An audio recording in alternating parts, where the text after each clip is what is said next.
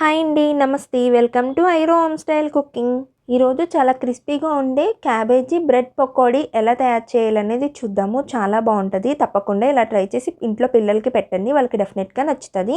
ఇంకా లేట్ చేయకుండా ఎలా తయారు చేయాలనేది చూద్దాము. ముందుగా నేను బౌల్లోకి కట్ చేసిన ఉల్లిపాయలు అలాగే పచ్చిమిరపకాయలు కూడా వేసుకుంటున్నాను. నేను ఇప్పుడు ఇందులోకి సన్నగా కట్ చేసిన క్యాబేజీ వేసుకుంటున్నాను. 1/2 స్పూన్ పసుపు వేసుకుంటున్నాను, 2 స్పూన్లు కారం వేసుకుంటున్నాను, అలాగే 1 టీ స్పూన్ జీలకర్ర ధనియాల పొడి కూడా వేసుకొని 1 టీ స్పూన్ అల్లం వెల్లుల్లి పేస్ట్ వేసుకుంటున్నాను. ఇప్పుడు ఇందులోకి రుచికి సరిపడా సాల్ట్ వేసుకుంటున్నాను, అలాగే కరివేపాకు కూడా వేసుకుంటున్నాను. 1 టీ స్పూన్ జీలకర్ర కూడా వేసుకొని ఇప్పుడు ఒకసారి మొత్తం అంతా కూడా కలిసేలాగా కలుపుకుందాము. ఎటువంటి పిండి వేయకోకుండా ఒకసారి మొత్తం అంతా కూడా బాగా కలుపుకుందాము. పిండితో కలిపితే మనకు వాటర్ అనేది వస్తుంది కదా, ఆనియన్స్లో ఎలాగో వాటర్ అనేది ఉంటుంది కాబట్టి మనం ఇలా పిండితో కలుపుకున్నట్టయితే మనకి ఇట్లా పర్ఫెక్ట్గా వస్తుంది. నేను ఇప్పుడు ఇందులోకి 3 స్పూన్ల బియ్యపిండి వేసుకుంటున్నాను. ముందు 3 స్పూన్ల బియ్యపిండి వేసుకొని తర్వాత 1 కప్పు శనగపిండి వేసుకుంటున్నాను. ఇప్పుడు ఒకసారి బాగా కలుపుకుందాము, వాటర్ వేయకోకుండా. మీకు కావాలంటే వాటర్ వేసుకోండి. నేను ఇప్పుడు ఇందులోకి 6 బ్రెడ్ స్లైసెస్ తీసుకొని నేను చూపిస్తున్న విధంగా స్మాష్ చేసుకొని వేసేసుకుందాము. చూసారు కదా, ఈ విధంగా స్మాష్ వేసుకొని ఒకసారి మొత్తం అంతా కూడా బాగా కలుపుకుందాము. మీకు వాటర్ పడితేనే వేయండి. నాకైతే ఒక 2-3 స్పూన్లు పట్టింది. 2-3 స్పూన్లు వాటర్ కూడా వేసుకొని ఇంకొకసారి బాగా కలుపుకుంటున్నాను.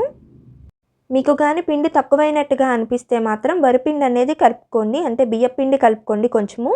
నాకైతే పిండి పర్ఫెక్ట్గా సరిపోయింది. అలాగే నేను కొంచెం వాటర్ అనేది వేసుకొని ఒకసారి మొత్తం అంతా కూడా బాగా కలుపుకుంటున్నాను. చూసారు కదా, ఈ కన్సిస్టెన్సీ వచ్చేలాగా మనం కలుపుకొని పక్కన పెట్టుకుందాము. మన ఛానల్లో చాలా రకాల స్నాక్స్ రెసిపీస్ అనేది ఉన్నది. మీకు కావాలంటే వీడియో కింద లింక్ ఇస్తాను, కావాలన్న వాళ్ళు చెక్ చేసి చూడండి. చూసారు కదా, ఈ కన్సిస్టెన్సీ వచ్చేలాగా ఉంటే సరిపోతుంది. ఇప్పుడు డీప్ ఫ్రైకి ఆయిల్ పెట్టుకుందాము. ఆయిల్ బాగా హీట్ అయిన తర్వాత మంట అనేది మీడియం ఫ్లేమ్లో పెట్టేసుకొని పకోడీని కొంచెం కొంచెంగా తీసుకొని వేసుకుందాము. పకోడీ వేయగానే కదపుకోకుండా కొంచెం ఫ్రై అయిన తర్వాత అప్పుడు అటువైపుకి టర్న్ చేసుకుంటూ ఇటు అటు టర్న్ చేసుకుంటూ ఈవెన్గా ఫ్రై చేసుకుందాము. మంట అనేది హై టు మీడియం ఫ్లేమ్లో పెట్టేసుకొని ఈవెన్గా ఫ్రై చేసుకుందాము. 2 వైపులకి ఈవెన్గా ఫ్రై అయ్యేలాగా ఫ్రై చేసుకుందాము, అటు ఇటు కలుపుకుంటూనే. చూసారు కదా, మన పకోడీ అనేది రెడీ అయిపోయింది. మంచి గోల్డెన్ కలర్లోకి వచ్చేసింది కదా. ఇప్పుడు సర్వింగ్ బౌల్లోకి వేసేసుకుందాము. ఈ విధంగానే మిగిలిన పిండిని కూడా ఈ విధంగానే వేసుకొని ఫ్రై చేసుకుందాము, ఈవెన్గా మాడిపోకుండా. చూసారు కదా, క్యాబేజీ బ్రెడ్ పకోడీ ఎలా వేయాలనేది చాలా సింపుల్గా అయిపోతుంది. ఈవినింగ్స్ పిల్లలు స్కూల్ నుంచి రాగానే ఒకసారి ఇలా వేసి పెట్టండి, వాళ్ళకి డెఫినెట్గా నచ్చేస్తుంది. అంతేనండి, simple and easy cabbage bread pakodi ready అయిపోయింది. తప్పకుండా ఒకసారి ఇలా ట్రై చేసి చూడండి. మా వీడియోస్ కానీ మీకు నచ్చినట్టయితే లైక్ చేయండి, షేర్ చేయండి, సబ్స్క్రైబ్ చేయండి. Thanks for watching.